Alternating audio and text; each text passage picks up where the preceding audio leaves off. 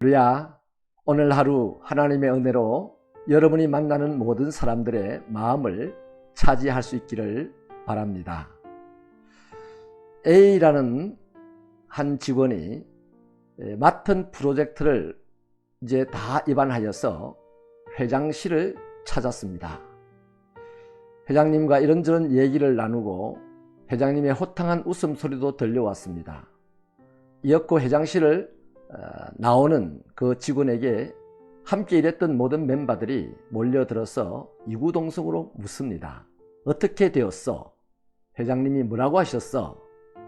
이러자 이 A 직원은 빙그레 웃으면서 회장님께서 우리 프로젝트를 추진하기로 하셨어. 그리고 하면서 두둑한 봉투 하나를 내어놓습니다. 그동안에 수고했다는 위로, 또 앞으로 더 열심히 하라는 격려 차원에서 회장님이 회식비를 두둑히 넣어둔 것이죠. 이러자 모든 직원들은 함께 함성을 지르며 책상을 치고 즐거워했습니다. 그 회사의 다른 팀의 B라는 직원 또한 한 프로젝트를 입안하여서 회장실을 찾았습니다. 회장님과 많은 대화를 나누고 또 나누었습니다. 한참을 기다린 후에 이 A라는 직원이 회장실을 나오는데 그와 함께 일했던 직원들이 그 직원의 모습을 보니 얼굴에 기가 질려 있고 풀이 죽어 있었습니다. 물었죠. 회장님이 뭐라고 하셨어? 우리 프로젝트는 어떻게 되었어? 그때 이 B라는 직원은 회장님께서 우리 프로젝트를 취소하기로 했대 라고 말하곤 자기 자리로 가서 불쑥 주저앉습니다. 그 B와 함께한 팀 멤버들의 기분이 어땠을까요? 각 룸에서 뽑힌 자들이 대표해서 회장님을 만났는데 한 사람은 어필이 되고 상까지 받았습니다. 이로 인해 그 방 모든 팀 멤버들이 함께 즐거워하며 일할 수 있게 되었습니다. 반대로 한 사람은 수고했다는 위로는 고사하고 프로젝트가 거절되기까지 하였습니다. 그와 함께한 팀 멤버들의 기분이 어땠을까요? A와 B는 한 회사의 직원입니다. 내용은 다르지만 어쨌든 프로젝트를 입안하라는 회사 회장님의 제안을 받았습니다. 그러니 능력은 서로 비슷하겠지요. 그런데 한 사람은 회장님에게 어필이 되었고 한 사람은 회장님에게 거절당하였습니다. 무슨 차이일까요? 소통 차이입니다. 개인주의가 극도로 심화된 이 21세기 포스트 모던 사회에서는 이 소통이라는 문제를 아무리 강조하여도 부족합니다. 소통이란 의견과 의사 따위가 서로 막힘이 없이 잘 통하는 것을 소통이라고 하죠. 사원과 사원 간에, 사원과 사주 간에 이렇게 소통이 잘 되는 사이라면 그것으로 나타나는 일의 효율은 엄청날 것입니다.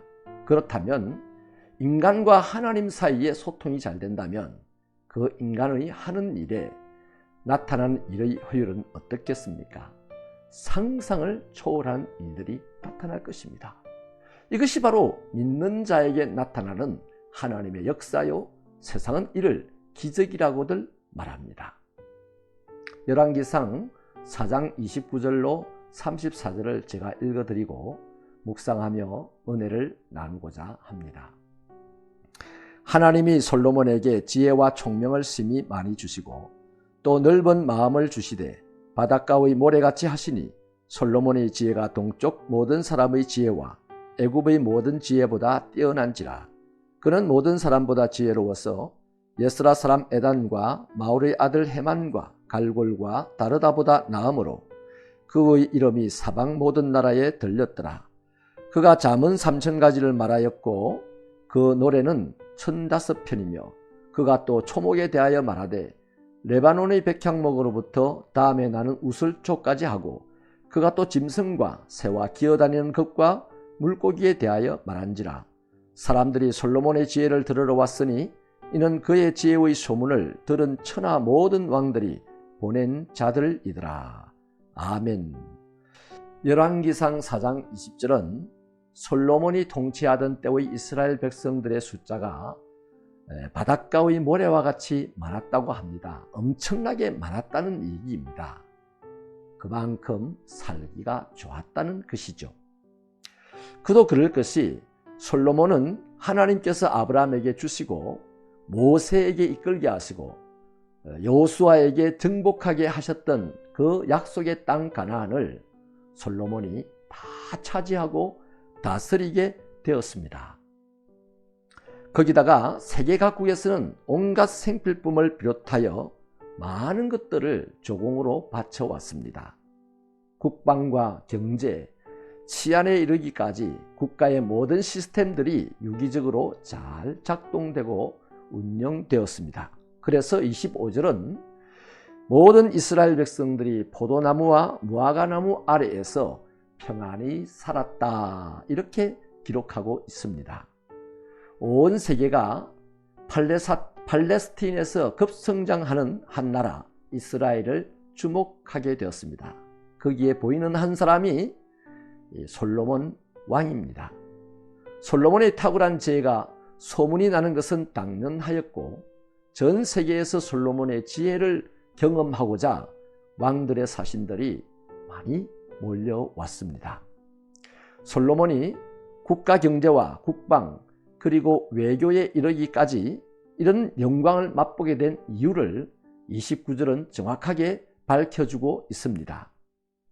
하나님이 솔로몬에게 지혜와 총명을 심히 많이 주시고 또 넓은 마음을 주셨기 때문이다 라고 밝히고 있죠.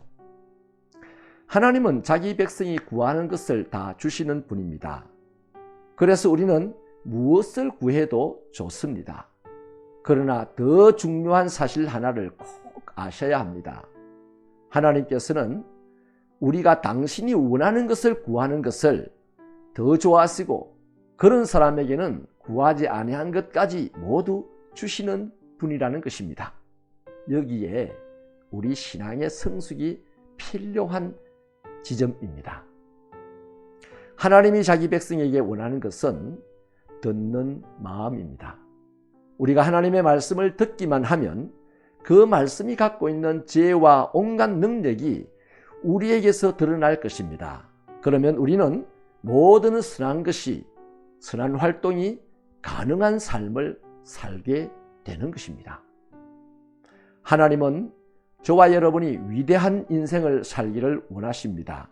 이를 위해서 우리는 반드시 하나님의 말씀을 들어야 합니다. 그래서 그리스도인이 갖추어야 할 가장 중요하고 기본적인 소양은 말씀을 듣는 마음이죠. 하나님은 이것을 인간의 지혜라고 하셨습니다. 사랑하는 형제 자매 여러분, 기도는 참 좋습니다. 그런데 하나님과 소통하는 기도는 엄청나게 좋습니다. 손바닥이 마주치면 소리가 나듯이 하나님이 원하시는 것과 우리의 기도가 맞아떨어진다면 거기에 대박이 터집니다. 세상을 뒤흔들어 놓을 만큼 큰 역사의 주인공이 될 수가 있다는 말씀입니다. 멋지지 않습니까? 이런 축복을 그리스도인으로 이 땅을 살아가는 동안 꼭 누리게 되기를 축원합니다. 승리하십시오. 하나님의 말씀을 듣는 마음을 가지십시오. 하나님 꼭 우리에게 하나님의 말씀의 소중함을 알고 그 말씀이 우리를 모든 것이 가능하게 하는 힘인 줄 알고 항상 어디서나 누구 앞에서나 하나님의 말씀을 듣는 마음을 준비할 수 있는 우리가 되게 하여 주옵소서. 예수님 이름으로 기도합니다. 아멘. 하나님의 축복이 여러분에게 가득할 줄 믿습니다.